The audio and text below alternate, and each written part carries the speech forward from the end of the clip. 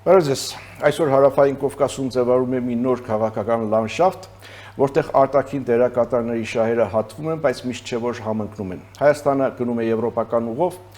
Եվրամիությունը քաջալերում է, աջակցում է, սատարում է Հայաստանի օրակարգերին, այդ թվում եւ բարեփոխումներին, եւ խաղաղության օրակարգին, եւ հաղորդողների ապաշրջափակմանը, թվում է թե ամեն ինչ լավ է, սակայն լսվում է Իրանի դժգոհությունը։ Ալի Ակբար Վելայաթին, որ այս պահին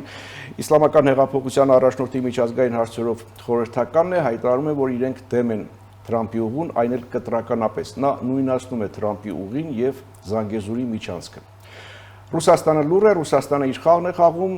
պահելով կապերը եւ չհրաժարվելով իր ազդեցությունից։ Ահա արտաքին քաղաքական այս բազմաշերտ ճնշումների ֆոնին Հայաստանում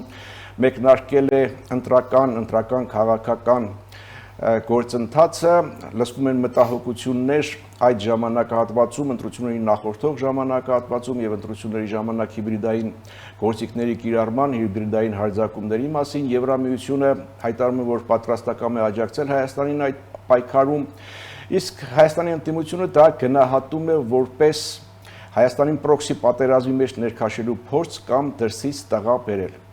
Ահա այս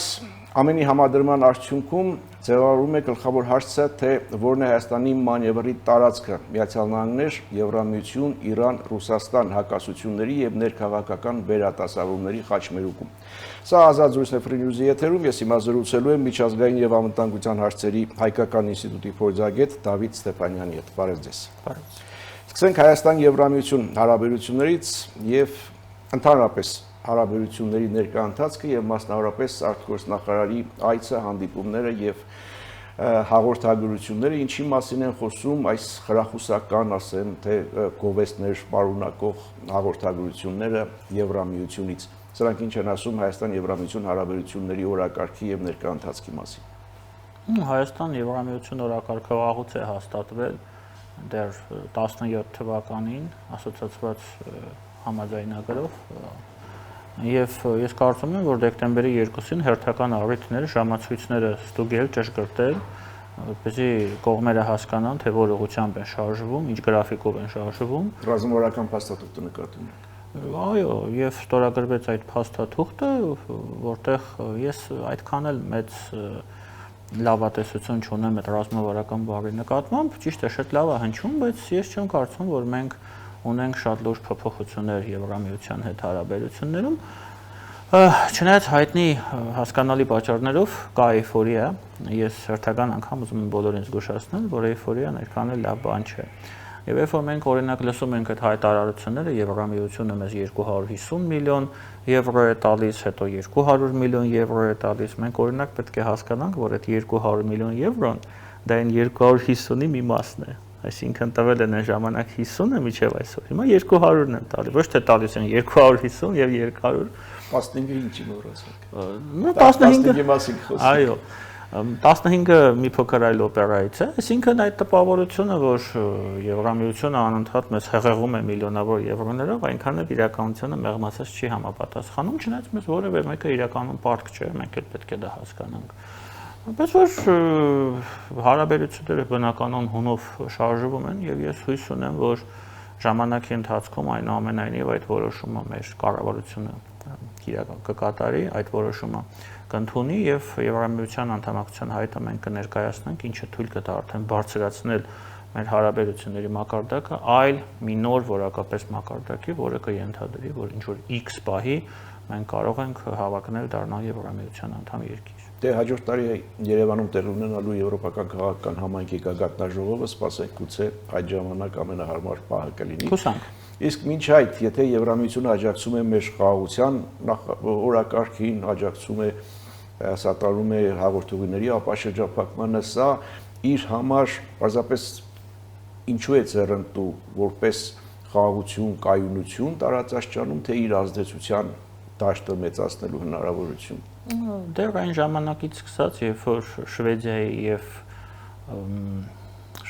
եւ երկրորդ երկիրը, Լեհաստանի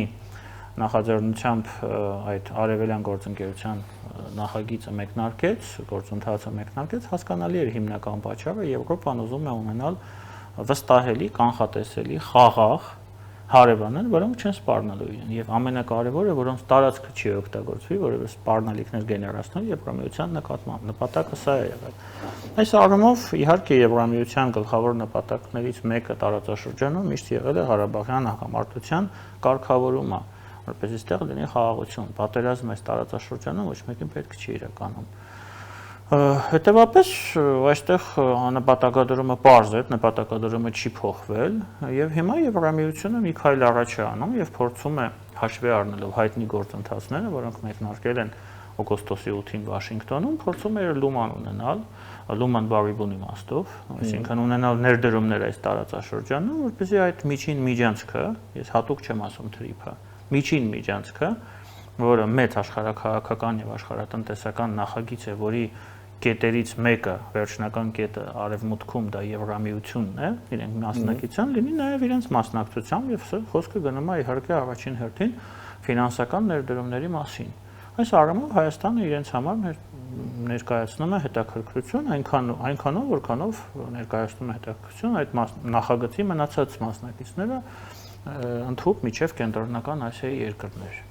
Դուք ասում եք միջանցք մեծ կտրվածքով, հա, Կենտրոնական Ասիա, Ադրբեջան, Հայաստան, Թուրքիա, Եվրոպա, իսկ Թրամփի ուղին դրա մի օղակ, այսպես ենք մենք դիտարկում, հա։ Եվրամիությունը ասում է իր լուման է ներդնում եւ Փարիզ ուղիղ իմաստով նաեւ ներդրումներ եւ նաեւ քաղաքական իմաստով եւ ինչպես նշեցի, թվում է թե ամեն ինչ լավ է ընթանում, թե Միացյալ Նահանգները այդ խաղի մեջ է, Եվրամիությունը աջակցում է, իր լուման է ներդնում, Հայաստանը ասում է, որ դա միջանցք չէ եւ այլն։ Եվ հանկարծ Իրանի այս հայտարարությունը Ալի Ակբար Վելայաթիի այսքան լռությունից հետո, այն ժամանակ, երբ որ նախընթաց հայտարարությունները այլ բանի մասին էին խոսում, որ դա վտանգ չի ներկայացնում եւ այլն եւ այլն։ Հիմա նույնացնում են Զանգեզուրի միջանցքի հետ, սա ինչպես ընդունել, ինչպես ընկալել, ինչպես մեկնաբանել։ Ես կարծում եմ, որ դրանց իրականությունը չի փոխվում, ամեն ինչ շատ նորմալ ընթանում է իր հունով, այդ հայտարարությունը ոչ մի բան չի փոխում։ Իրականում Իրանը, մի լավ ֆուտբոլային տերմին կա, հայտնվել է խաղից դուրս։ Եվ խաղից դուրս հայտնվել է առաջին հերթին սեփական գործողությունների, ավելի ճիշտ անգործության պատճառով։ Անգործություն, որը տեղի է ունեցել սկսած սեպտեմբերի 27-ից 20 թվականին։ Տեսեք, մենք միշտ ասում ենք, չէ, այդ թվում նաև ես, որ թիվ 1 շահառուն այդ ստատուս կվոյի, որը մեր արյան շնորհիվ եւ միջոցով եւ գնով պահվել է 94-ից մինչեւ 2020 Լեռնային Ղարաբաղում։ Թիվ 1 շահառուն բենեֆիցիարը դա Ռուսաստանն էր, կա նաև երկրորդը դա Իրանն էր։ Իրանը ուներ շատ մեծ անվտանգ սահման հյուսիսում,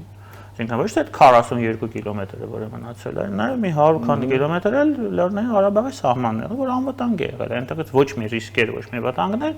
Իրանը չէր տեսնում։ Այն դեպքում, երբ որ Ադրբեջանի սահմանը հիմա եւ առաջին հերթին այդ Գոշգոտին, որը վերածվել է Գոշգոտու, շատ վտանգավոր է, այնտեղ ով ասես կա,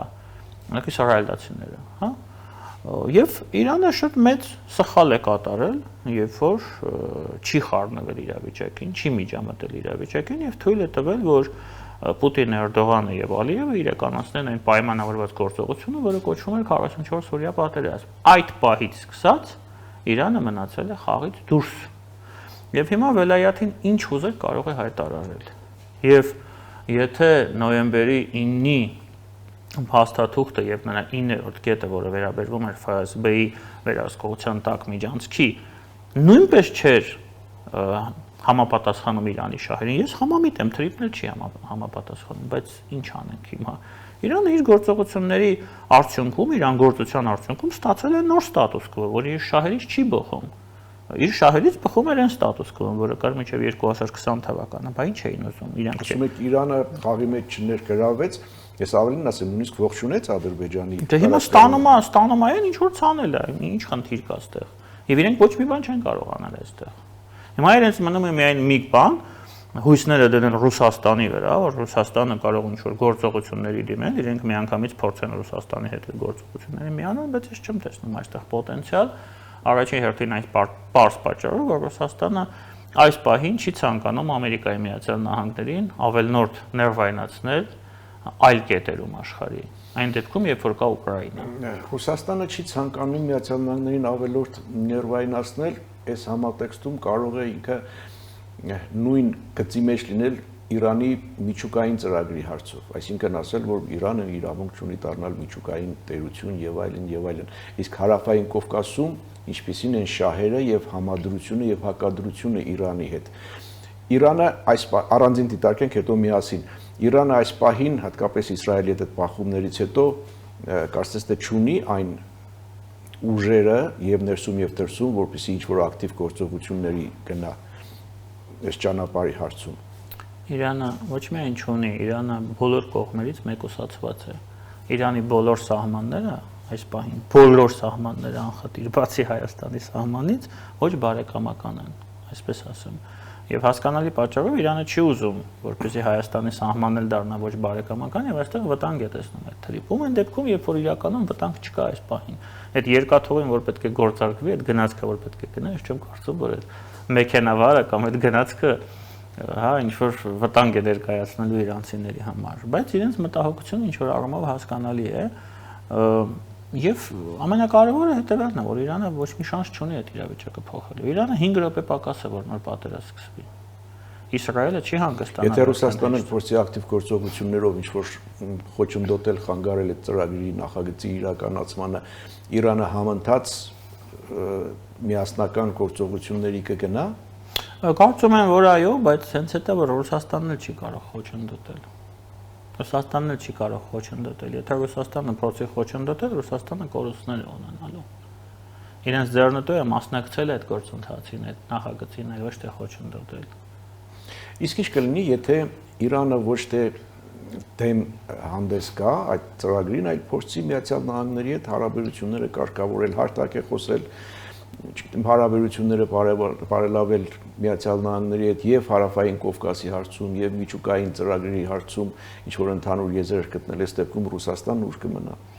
Իրականում Իրանը վաղուց հարաբերությունները ԱՄՆ-ի հետ կարգավորել է, եթե չլինեն մեկ գործոն, որը կոչվում է իսրայելական պետություն։ Իսրայելն է այստեղ խնդիրը։ Իսրայելը երբեք չի գնա այդ ճանապարհով։ Իսրայելը ցանկանում է, որպեսզի Իրանը ենթարկվի կապիտուլյացիայի, որպեսզի Իրանում լինի իշխանափոխություն, որպեսզի կղերապետությունը վերանա։ Նրանց նպատակը դա է։ Եվ քանի որ այդ նպատակին նրանք չեն հասել, նրանք թույլ չեն տալու, որպեսզի Ամերիկան եւ Իրանը ունենան նորմալ հարաբերություններ։ Այն դեպքում, երբ որ այդտեղ իրոք պոտենցիալ կա եւ միջուկային գործարքի պոտենցիալը ժամանակին բավականին բարձր է, բայց Իրանը, Իսրայելը կներեք ամեն ինչ անում է, որպեսզի այդ գործարքը տեղի չունենա, որովհետեւ դա հակասում է իրենց անվտանգությանը եւ ազգային շահերին։ Իսկ Իրանը, իսկ Իսրայել-ԱՄՆ հարաբերությունները այն հարաբերությունների թվում են, որտեղ շատ դեպքերում ոչը պատտում է շանը։ Իսկ ինչ կլինի, եթե Ռուսաստանը եւ Միացյալ Նահանգները կարողանան ընդհանուր հայտարարի գալ, ընդհանուր եզրեր գտնել, ընդհանուր լուծումներ գտնել։ Արևմտյան փորձագետները տեսակետ ունեն, որ այս դեպքում Ռուսաստանը հեշտությամբ կլքի Իրանին։ Ես միանշանակ այն, որ Ռուսաստանը կլքի այդ դեպքում Իրանին, այդտեղ նույնիսկ կասկած չի կարող լինել, Ռուսաստանը այն երկիրը, որը արդեն բազմից լքել է տարբեր տարածաշրջաններ եւ երկրներ, այդ թվում նաեւ դաշնակիցներին, բայց ես շատ ցածր եմ գնահատում այդ հավանականությունը, որ ԱՄՆ-ն եւ Ռուսաստանը կարող են ընդհանուր հայտարարի գալ, նույնիսկ Ուկրաինայի հարցում։ Շատ ցածր է այդ հավանականությունը, որովհետեւ շահերի բախումը ակնհայտ է այստեղ, որովհետեւ այդ բոլոր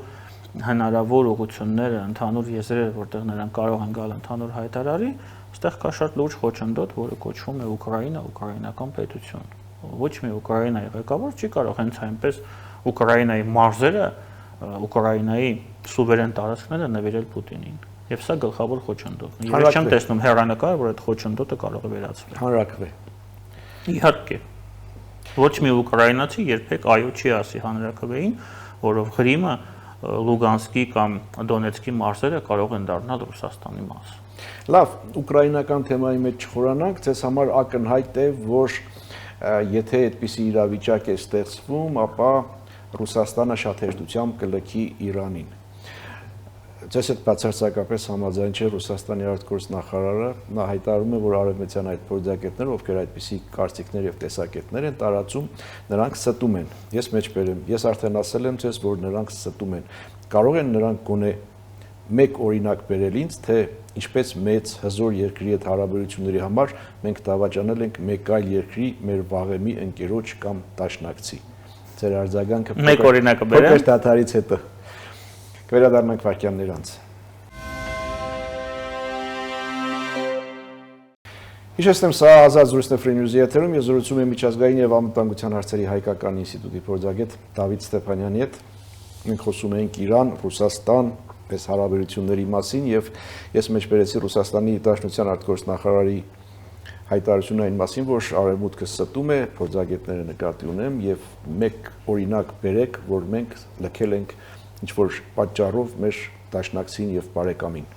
Իրականում օրինակները շատ են, մեկ օրինակ չէ, բայց ես բերեմ այն օրինակը, որ ամենամոտ է մեր մաշկին։ Իհարկե դա հայ ժողովուրդն է։ Ես հատուկ եմ ասում հայ ժողովուրդն է, ես չեմ ասում Արցախը կամ Հայաստանը։ Ռուսաստանը լքել է հայ ժողովրդին։ Ռուսաստանը լքել է մի ժողովրդի, որը իր թիվ 1 դաշնակիցն էր ամբողջ աշխարհում։ Մինչև այսօր արցախցիների մեջ առաջին հերթին կան որոշակի առումով պրոռուսական տրամադրություններ։ Մինչև այսօր։ Եվ դա այն դեպքում, երբ որ 2020-ի նոյեմբերի 9-ին, երբ որ այդ փաստաթուղթը ստորագրվեց, իրենց մոտ 100%-ի էր հասնում այդ պրոռուսական տրամադրությունները։ Իրենք հույսեր էին կապում ռուսների հետ։ Իրենք հույս ունեն, որ ռուսները թույլ կտան, որպեսզի նրանք մնան իրենց հայրենիքում, որ ռուսը կգա, կպահի, կպաշտպանի, հա, դերակատարումն է չէ միշտ եղել, որ ռուսը մեր մեծ եղբայրն է։ Նրանք հավատում էին դրա։ Մենք չէինք հավատում, իրենք հավատում են։ Բայց նրանք խաբեցին արցախցիներին, խաբեցին ամբողջ հայ ժողովրդին, խաբեցին Հայաստանին, ինչու եմ ասում Հայաստանին։ 44 օրյա պայմանավորված պատերազմ, որի արդյունքում Լեռնային Ղարաբաղը Արցախը կիսվեց եւ մի մասը դարձան գաղթական արցախցիների, հետո 21-22 թիվ Հայաստան, հայ-ադրբեջանական սահման, երբ որ օկուպացվեց 200 քառակուսուց ավել Հայաստանի սուվերեն տարածքները, այսինքն արդեն հայ ժողովրդի դեմ է ուղղված, Ռուսաստանը մեր դաշնակից եւ հապկը ծպտուն չհանեց եւ մեզ եկան, ասացին, գիտեք, ով ասեց, որ սա ձերն է, ով ասեց, որ սահմանը գործող սահման, ով ասեց, որ ջերմուկը ընդհանրապես ձերն է, հապկի գեներալը դա ասեց, դա պատմություն է արդեն։ Եվ դրանից հետո փարոխիզացիա, երբ որ Արցախից անընդհատ ինչ որ կտորներ էին փոխում, խեղդում Արցախը, երբ որ ժողովրդին սկսեցին սովամահանել, երբ որ ռուսները, բարեկամ ռուսները, պարոն Լավրովի ասած, Լաչինի միջանցքում կանգնել էին եւ մեկ բեռնատար մեքենայից, եթե չեմ սխալվում, $15,000 գումար էին վերցնում, որպեսզի հաց տանեն, որպեսզի այդ մարդիկ սովից չմեռնեն։ Սա է եղել։ Եվ վերջում 23 թվականի այդ օպերացիայի վերջնական փուլը, երբ որ Ռուսաստանը արդեն իր պայմանական մասը, այդ 120,000 մարդով նվիրեց Ադրբեջանին, հանձնեց Ադրբեջանին։ Եթե սա կոչվում է, որ Ռուսաստանը երբեք որևէ մեկին չի դավաճանել, դաշնակիցներին չի դավաճանել, ուրեմն ո՞րն է դավաճանելը։ Երբ որ դու գնում ես պայմանավորվում ես քո շահերից ելնելով ավելի ուժերի հետ, Թուրքիայի հետ տվյալ դեպքում, Ռեջեփ Էրդողանի հետ, եւ քեզ հավատող 120,000 հոգու հանձնում ես թշնամուն։ Հավատում են, չէ՞, այդ մարդիկ ձեզ ռուսին հանձնել եք դուք իրենց, ուղղակի հանձնել եք։ Դե դավաճանությունը էլ ոնց է լինում, ուրիշ ձև լինում, այո, ես չգիտեմ։ Հիմա Ռուսաստանի հակապաստակներին չեմ ուզում անդրադառնալ, այդ մասին շատ ենք խոսել։ Այդուամենայնիվ Ռուսաստանը կա այս տարածաշրջանում, չի կտրում կապերը եւ չի հրաժարվում իր ազդեցությունից, իսկ առջևում 2026-ի ընտրություններն են։ Ինչպիսին է պատկերանում ձեզ այդ ընտրություններում Ռուսաստանի ազդեցությունը, որքանով են իրական եւ որքանով է չափազանցված խոսակցությունները կամ մեկնաբանությունները կամ մտահոգությունները այն մասին, որ սպասվում են հիբրիդային ուժեղ խարովածներ Հայաստանին նախընտրական շրջանում եւ ընտրություններին։ Հիբրիդային հարվածները արդեն հասցվում են։ Այնինչ կատարվում է այդ խայտարակ գործընթացը եկեղեցու մասնակցությամբ, դա հիբրիդային հարված է Հայաստանի Հանրապետությանը։ Այնինչ որ մեր ձևով կատարվում է այսօր Հայաստանում, դա հիբրիդային հարված է Հայաստանի Հանրապետությանը։ Դա նախապատրաստում է նոր հիբրիդային հարվածի։ Այն գործողությունները, որոնց դիմում են, որոնց նախապատրաստվում է մեր հարգելի հայրենական անդիմությունը, մնացած մասը խորհրդարանական այդ թվում, դա հիբրիդային պատերազմի դրսևորում է։ Այդ տեղեկատվական պատերազմում, երբ որ իրենց ԶԼՄ-ները անընդհատ հիստերիա են տարածում ամբողջ մեր երկրում, ինչ որ մահիկով, հա, բուժօգնության մեքենա է գնում, իրենց կողմից վարձատրվող ոմն մեկը ամբողջ համացանցը ոտքի է բարձրացնում, ականջների վրա է կանգնեցնում, թե բա թուրքերն են եկել այստեղ։ Հասկանում եք, այսպեսի դրսևորումները Հայաստանի սահմանից այն կողմ Ադրբեջանի դրոշն է երևում։ Ես հատուկ ամենապրիմիտիվ բաներն եմ ասում, ամենապրիմիտիվն է սա, որտեղ այդ մարդիկ ոչ մի բանից չեն զլանում։ Սա հիբրիդային պատերազմի էլեմենտներ են։ Այդ նույն շտապօգնության մեքենան, դա էլ է էլեմենտ։ Պատերազմը գնում է եւ հասկանալի է, որ որքան մոտենում է հունիսի 7-ը խորհրդարանական ընտրությունների հասկացման օրը 26 թվական, այնքան այդ դրսևորումները ահագնանալու են։ Եվ մենք պետք է պատրաստ լինենք դրան։ Եվ ամենակարևորը, որքան էլ ռուսները, որքան էլ իրենց սպասարկողները Հայաստանում այդ պատերազմը չվարեն Հայաստանի Հանրապետության դեմ, վերջում որոշողը ժողովուրդն է։ Եվ այստեղ մեր ընտրողները, մեր ժողովուրդը պետք է երկար մտածի եւ պատրաստվի դրան։ Եվ չտրվի այդ սադրանքներին, չտրվի կեղծ լուրերին, չտրվի այն գեներացվող հիստերիային։ Մենք պետք է լինենք աչալուր, զգոն, հանգիստ եւ հասկանանք, որ մեր ճակատագիրը մեր ձեռքերում է։ Ոչ մի ռուս, ոչ մի թուրք, ոչ մի հիբրիդային պատերազմի ճակատագիրով չի կարող մեր ճակատագիրը փոխել, եթե մենք գնանք եւ մեր ընտրությունը հստակ կատարենք, ոչ մեկից չվախենալով եւ չտրվելով վախին, չտրվելով սադրանքներին եւ չտրվելով կեղծիքին։ Մեր ճակատագիրը այսօր մեր ձեռքերում է։ Եվ ես վստահեցնում եմ, որ այն միշտ է եղել մեր ձեռքերում, հակի մենք դա չենք գիտակցել, դրա համար մեզ միշտ տիրել են ուրիշները։ Հիմա եթե մենք դա գիտակցում ենք, գնում ենք եւ հստակ մեր ընտրությունը, մեր սրտի, մեր ուղիղի ընտրությունը անում ենք, մեզ ոչ մեկ չի կարող ոչ մի բան անել։ Այդուամենայնիվ այդ հիբրիդային հարվածները ենթադրում են նաև տեղեկատվական արշավներ։ Եվ այդ տեղեկատվական արշավների թող որ կիսաճշմարտությունների նման մանիպուլյացիաներով եւ այլն դրանց դեմ առնել է պետք ձեր կարծիքով հիմա Հայաստանի Հանրապետությունը, ոչ թե հասարակությունը, ինչպես եք ասում, Հայաստանի Հանրապետությունը, Հայաստանի իշխանությունը որքանով է ունակ, որքանով է համալրված ռեսուրսներով հանդես գալու դրա դեմ եւ պայքարելու հիբրիդային այդ կարգվածների դեմ։ Ես վստահ եմ, որ Հայաստանի իշխանությունը բոլոր ռեսուրսները այդ պայքարի համար ունի, բոլոր ռեսուրսները։ Ինքը ունի լեգիտիմություն, ունի պետական ապարատ, ունի բոլոր անհրաժեշտ գործիքակազմերը եւ գործիքակազմը եւ մեխանիզմները, որոնք պետք է օգտագործել եւ պետք է պարտավոր է օգտագործել այդ ճանապարհի վրա։ Բայց որքանով է նա դա անում, ես այս հարցին պատասխան չունեմ։ Մոլդովայում չուներ իշխանությունը այդ ամեն ինչը։ Ուներ եւ կիրառեց։ Բայց այդուամենայնիվ այդ ազդեցությունը մեծ նշանակություն ունեցավ։ Այո, այնտեղ կիրառվեց այդ ամենը, շատ հաջող կիրառվեց եւ դրա համար նրանք կարողացան մազից բրծան, մազի, ասենք այդ պատրաստվող իշխանափոխությունից հազիվ մի կերպ, ասենք պալեստացին այդ մարդիկ։ Հիմա կարող են դառնալ հերթական Բելարուսիա, հա, կամ հերթական Վրաստան, ինչու ոչ։ Հիմա Մոլդովայի փորձը հաշվի առնելով այստեղ ավելի ուժգին գործիքներ են կիրառվելու։ Իհարկե փորձը լինելու է, դա ակնհայտ է։ Ինձ մի փոքր անհանգստացնում է իշխանության մի տեսակ հանգիստ վիճակը, վստահ վիճակը։ Տպավորություն է ստեղծվում, որ այդ Գյումրիի ընտրությունները Հայաստանում չեն եղել, այլ որևէ այլ երկրում են եղել։ Մեզ ավելի շատ պետք է Գյումրիի ընտրությունները մտահոգի իրականում։ Ինչ տեղի ունեցավ Գյումրիում։ Հետո ես այսպեսի մի բան ասեմ ձեզ։ Իսկ ով ասեց, որ ընտրակաշարքը բաժանվում է միայն հենց ընտրությունների օրը։ Ով ասեց։ Ով ասեց, որ հենց այս պահին Հայաստանում արդեն ընտրակաշարք չի բաժանվում։ Անպայման է որ բերեն այդ 5000 դրամը, 10000 դրամը տան ընտրողին, ասեն մտի քվեարկի դուրս արի։ Մտիքներ նկարի ցույց։ Ոչ։ Դա ընտրակաշարքը 21-րդ դարը, հազարը ձև կա։ Ով ասեց, որ այդ մարդկանց հիմա չեն գնում իրենց ձայները։ Եվ ով կարող է վստահությամբ ասել, որ վաղը այդ մարդիկ չեն գնալու եւ չեն ընտրելու այդ գնողներին։ Հետո այսպեսի բան կա, չէ՞, մեզ ինչ են ասում են դպրոցներ պետք չեն, պետք են գործարաններ։ Ես գիտեք չեմ կարող բացառել, որ մեր երկրում կան մարդիկ, որոնք կարող են դրան հավատալ։ Ցավոք։ Ես հասկանում եմ, որ սա շատ միամիտ է երևում, շատ հիմար մոտեցում է, բայց մարդիկ կան, որ կարող են դրան հավատալ, որտեվ բոլորը չեն, որ պարտադիր պետք է գիտակցեն, թե նրանց ինչ են ասում։ Գործարան կառուցելը հենց այդպեսի գործընթաց չի։ Գործարանը կառուցեցին եւ բոլորը սկսեցին աշխատել։ Հիմա Սովետ միություն չի։ Հիմա կապիտալիզմը, շուկայական հարաբերությունները։ Գործարան կառուցելը գործի 10%-ն է։ Գործարան աշխատեցնելն է ամենակարևորը։ Այդ